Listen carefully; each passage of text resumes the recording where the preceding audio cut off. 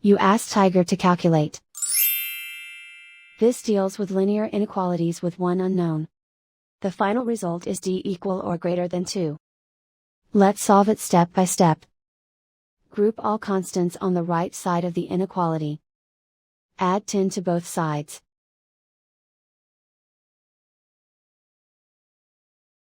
Simplify the arithmetic.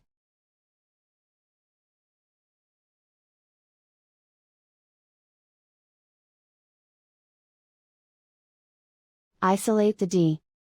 Multiply both sides by 2.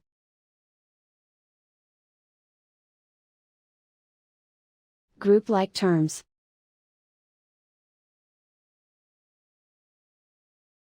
Multiply the coefficients.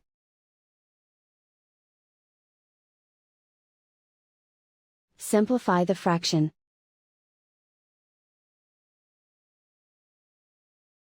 Remove the ones.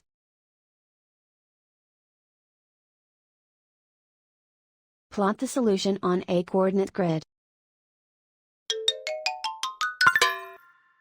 And so the final result is d equal or greater than 2.